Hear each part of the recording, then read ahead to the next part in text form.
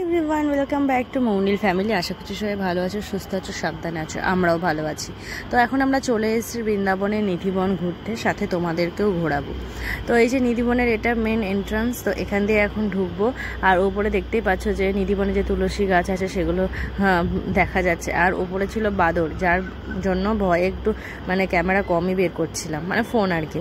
Phone, চশমা এগুলো খুলে নেয়। তোমাদের দাদাভাইও চশমা খুলে রেখে দিয়েছে, নাহলে যখন তখন এসে চশমা খুলে নিয়ে চলে যাবে। আর রীতিমতো আমাদের সামনে হয়েছিল, তো ভয়ে আমরা ফোন টোন একটু কমই বার করছি। তো এখন ভেতরে চলে এসেছি, জুতোটা রাখবো, রেখে একবারে ভেতরে ঢুকবো। আর ছিল প্রচণ্ড রোদ গরম, দেখতেই পাচ্ছ। সাথে ছিল প্রচণ্ড ভিড়। ফার্স্টে ভাবছিলাম সানডের জন্য হয়তো এত ভিড়, তারপরে জানলাম যে সানডে তো আছেই, প্লাস আবার একাদশী ছিল ওই দিনটা, আমরা যে দিনটা গেছিলাম, তার জন্য এতটা ভিড়। আর যেন পা ফেলাই যাচ্ছিল না, পা পুরো একদম গরম ছ্যাঁকা লাগছিল। তো এই যে ঢুকে গেলাম নিধিবনের ভেতরে। তো উপরে যে গ্রিন কালার শেড দেওয়া ছিল, তাই হালকা উপর দিয়ে হাঁটা যাচ্ছিল, কিন্তু পায়ে খুব ছ্যাঁকা লাগছিল। আর প্রচণ্ড ভিড়, দেখতেই পাচ্ছ। আর ওদিকে বাদর ঘুরে ঘুরে বেরোচ্ছে উপর দিয়ে।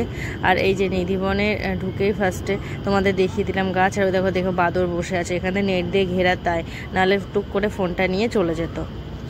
তো চলো এখন সামনের দিকে ঢোকা যাক, গিয়ে ঘুরে ঘুরে দেখি। আর তোমাদেরকেও ঘুরে ঘুরে দেখো, দেখতেই পাচ্ছ বাদরগুলো কিভাবে খেলা করছে। আর এদের বাদরগুলোর রুলস আছে যে কিছু যদি নিয়ে নেয়, চশমা বা ফোন বা পার্স, ফ্রুটি বা মাজা দিতে হবে, তাহলেই ফেরত দেবে, না হলে দেবে না।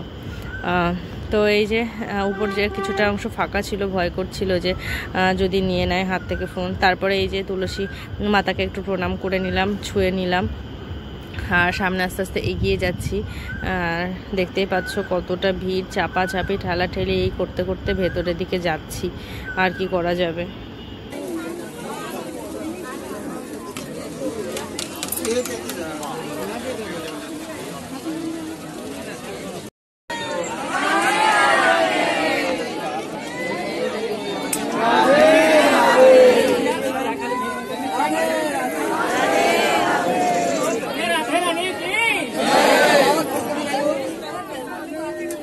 बंसी वाले की बरेलिया वाले की।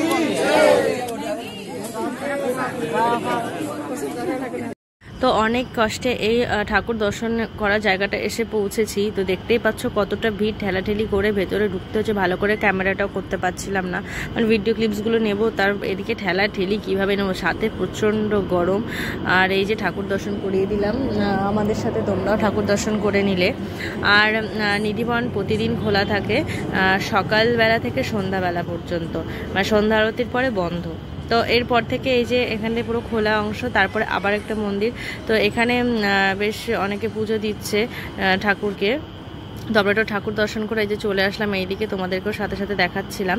আর হ্যাঁ, নিধিবন যেটা বললাম, সন্ধ্যায় আরতি হয়ে গেলে নিধিবন বন্ধ। কথিত আছে যে এখানে প্রতিদিন রাধা কৃষ্ণ ভগবান আসে তার সখীদের 108 সখীকে নিয়ে এখানে সে তার রাসলীলা করে, তার জন্য তারপরে আর বন্ধ। আর এখানে রাতে যে আসে সে আর ফেরে না। যাই হোক, এরকম কিছু একটা গল্প আছে। আর এখানে কিছু লোকের সমাধিও করা আছে যে তারা রাতে এভাবে এসছিল, তারা আর বেঁচে ফেরেনি, তো তাদের সমাধি করা আছে। তো দেখলাম, যাই হোক, হবে কিছু একটা। তো এই জায়গাটা বেশ সুন্দর, দেখতেই পাচ্ছ। এইভাবে সব ঠাকুরের মূর্তি স্থাপন করা আছে, আর সত্যি ঠাকুরগুলো খুব সুন্দর দেখতে। তো এখান থেকে একটু প্রণাম করে তারপরে আমরা বাইরের দিকে যাব। আর গরমে এদিকে অবস্থা খারাপ, খুবই খারাপ অবস্থা। আর রোদের এত তেজ, কিছু বলা নেই। বিকাল এদিকে তোমার 5টা বাজতে যায়, কিন্তু কতটা রোদ দেখো। তো আমরা এই যে আবার আরেকটা ভগবান কাছে আসলাম দর্শন করতে। এখানে বহু কষ্ট করে ঠাকুর প্রণাম করে এসেছি, আবার ঠাকুর একটু টিকাও লাগিয়ে এসেছি। ভেতরে তো ক্যামেরা অ্যালাউ ছিল না, তাই ক্যামেরা করতে পারিনি। তো তারপর আমরা বেরিয়ে এসেছি। ওখান থেকে বেরিয়ে এই যে আরেকটা এখানে রাস্তায় পড়লো মন্দির। এটা বহু পুরনো একটা মন্দির। আমার গরমে এত শরীর খারাপ করছিল, আমি আর ভেতরে যেতে পারিনি। আমি তোমার দাদাভাইকে বললাম, আমি এখানে একটু বসছি, তুমি যাও ঠাকুর দর্শন করে আসো, আর সবাইকে একটু সাথে দেখিয়েও আনো। তো এই যে তোমার দাদাভাই গেছে ভেতরে।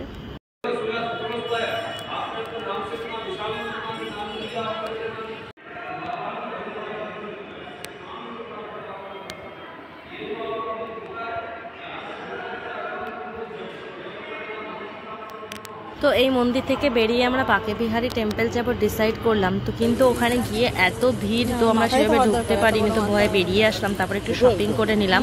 এখান থেকে গোপালের পাগড়ি নিচ্ছিলাম, আমরা যে বাড়িটায় থাকি সেখানে যে মানে মকান মালিক ওই দিদিদের গোপাল আছে, তো দিদির গোপালের জন্য একটা পাগড়ি নিয়ে নিয়েছিলাম। ভেবেছিলাম ড্রেসও নেবো, কিন্তু সাইজটা বুঝতে পারলাম না, সেই জন্য আর নিইনি। তো এখান থেকে তারপরে ভেবেছি প্রেম মন্দির যাব। তো বাঁকেবিহারী থেকে বেরিয়ে এসে আর ভয়ে হচ্ছে ফোন বের করি, এত বাদুর আমাদের চোখের সামনে চশমা পার্স এগুলো নিয়ে নিয়ে যাচ্ছে, ভয়ে ফোনটা ব্যাগের মধ্যে রেখে দিয়েছিলাম।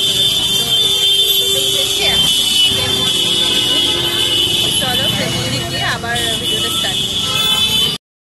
তো এই যে এটা হচ্ছে ইসকন টেম্পলের গেট, তো ভেবেছিলাম ইসকন টেম্পলেও যাব, কিন্তু মানে আমরা বাঁকেবিহারীতে এত ভিড় দেখেছি, ভাবছিলাম ইসকন টেম্পলেও ভিড় হবে, তো সেই জন্য আমার প্রেম মন্দির যাওয়ার জন্য টোটোতে উঠেছিলাম। তো ভেবেছিলাম যদি সেরকম ফাঁকা থাকে স্কনে ঢুকবো, কিন্তু স্কনের বাইরে যা লম্বা লাইন সেটা থেকেই ভয় লেগে গেল।